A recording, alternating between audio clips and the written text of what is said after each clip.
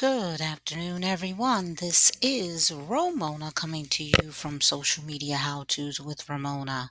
In today's video, I'm going to show you how to schedule a post on LinkedIn. The first thing you want to do is log into your LinkedIn account. By default, it will bring you to the home page or also known as your news feed. Click in Start Post.